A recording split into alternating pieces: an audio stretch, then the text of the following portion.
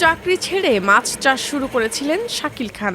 এই ভাবনা শুরু হয়েছিল করোনা অতিমারির সময়ে। ঢাকা শহরে বেসরকারি চাকরি ছেড়ে শরীয়তপুর সদরের সুবচনী গ্রামে ফিরে গিয়েছিলেন মাছ চাষ করতে। এখন কোনো আক্ষেপ নেই তার।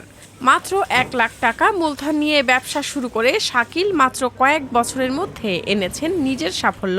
প্রথম দিকে প্রচুর বেগ পেতে হয়েছে আমার এটা বিক্রির জন্য, কারণ শরীয়তপুরে মানুষের এতে ইউজ টু না অনেকেই, তো প্রথম দিকে বেগ পেতে হলেও এখন আলহামদুলিল্লাহ মোটামুটি ভালো সাড়া পাচ্ছি।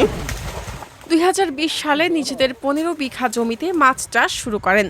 এরপর ধীরে ধীরে বাড়াতে থাকেন চাষের পরিমাণ। ২০২২ সালে সুবচনী বাজারে মাছ বিক্রির জন্য রেডি ফিশ ফার্ম নামের একটি দোকান খোলেন তিনি। এখানে রান্নার জন্য মাছ কেটে পরিষ্কার করে প্যাকেটজাত করে বিক্রি করা হয়। শরীয়তপুর ছাড়াও আশপাশের জেলার মানুষ এখন শাকিলের এই মাছের দোকানের ক্রেতা।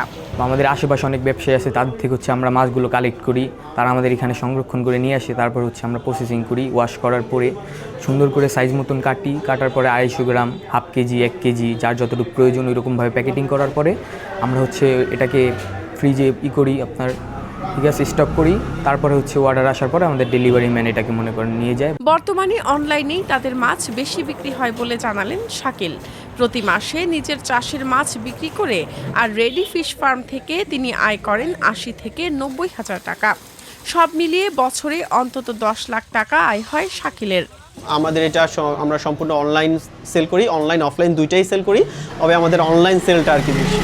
শরীয়তপুর জেলা মৎস্য কর্মকর্তা বিশ্বজিৎ কুমার দেব জানান, রাসায়নিক মুক্ত মাছ উৎপাদন ও সংগ্রহ করে তা বিক্রি করার কারণে দ্রুত জনপ্রিয়তা পেয়েছেন তরুণ উদ্যোক্তা শাকিল খান।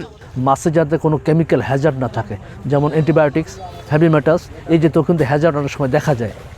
তো আমরা চেষ্টা করছি মৎস্য উৎপাদনের সেই ক্ষেত্রটাকে যাতে গুণগত মানসম্পন্ন হ্যাজার্ডলেস মাছ তৈরি করা যায়, এবং সেটার পাশাপাশি এই শরীয়তপুর থেকে আমরা এই ধরনের এন্টারপ্রেনার তৈরি করতে পারি যারা রেডি টু কুক বা রেডি টু ইট জাতীয় মাছ বাংলাদেশের বিভিন্ন মানুষের কাছে তারা পৌঁছে দিতে পারে। এক সময় অন্যের কোম্পানিতে চাকরি করা শাকিল এখন অন্যদের কর্মসংস্থানের ব্যবস্থা করেছেন।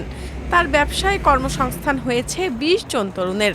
প্রায় ২০-২৫ জনের মতো এটার সাথে কানেক্টেড। তারা এখানে কাজে এটার উপলক্ষে তাদের কর্মসংস্থানের ব্যবস্থা হয়েছে।